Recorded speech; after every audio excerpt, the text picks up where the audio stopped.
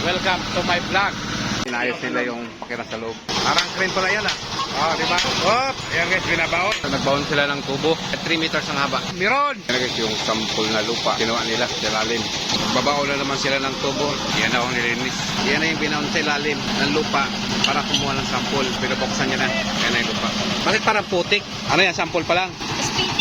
Ayan na yung lupa na ginawa sa ilalim. Sila ng tubo. Inaayos pa nila. Ayan guys, iakit na naman nila isang tubo. Ay, dinugtong na nila yung tubo. Isa na nakabaon sa lupa. Babaon na naman nila yung isa na yan. Akit na yung pagpukpok. Pala ito madali guys. Mahirap pala ito. Na yung pupukpok sa tubo para bumaon. Konti na lang. Baon na yung higit na kalahati ng tubo. Konti na lang. Ayan, binabaon nila ng gusto. Malalim to guys. Para 20 meters na ito eh. Ilang piraso pa lang ang nababaon nila. Mahaba. Ito na. Ay, pambutas na ito. May diamond sa dulo. Dinugtungan na naman nila. Kaya dahil na nila ginawa. Kuha naman sila ng sample ng lupa. Yung tubo na yan guys. Yung maliit na yan. Yun ang pangkuha ng sample ng lupa sa ilalim. Ayan, diamond nila guys. Yan ang bubutas doon sa ilalim. Tubo na yan. Pinauna naman nila. Kuha na naman sila ng panibagong sample. Kaya na medyo matigas na. Matigas na yung ilalim. Binabaon pa nila. Kumuha ng sample na lupa doon sa ilalim.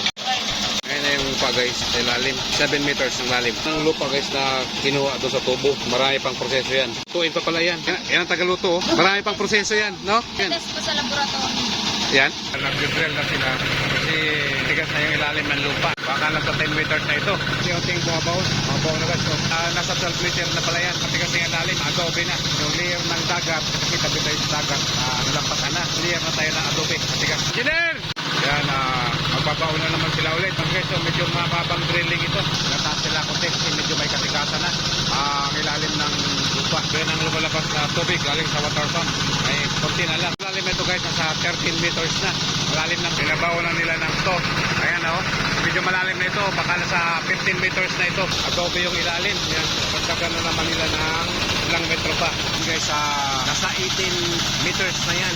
Kailangan nilang ma-reach na lalim. Nasa 20 meters. Konti na lang. Sa ilalim yan guys, adobe na ramya, 20 meters na yan. Malapit na nilang matapos. Kaya easy na lang sila ngayon. Hirap pala magtrabaho sa ganitong drilling. Swerte mo lang pag ganyan kalambot ang tinatamaan ng barena mo, lupa. Pag matigas, hirap talaga. Yung halos ayaw bumahon. Ilang pagbubutas nila. Yung konti na lang, para reach na nila ang 20 meters. Kaya lang ako nakakita ng ganito na drilling. Yung dati nakikita ko na drilling mano-mano. Ngayon, iba, makinarya na lahat. Pero kaya medyo mabilis ito ngayon.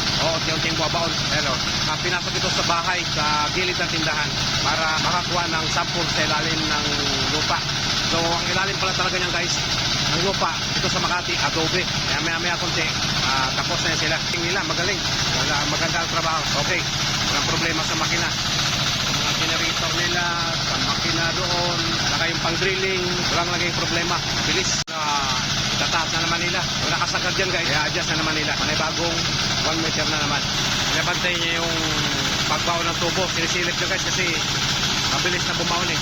Kailangan babantayan mo talaga para masigurado. So, tingin na lang. Kasi itong Makati guys, ang ilalim to nito, puro adobe. So, yung makina na lang ang pusa, bumababa.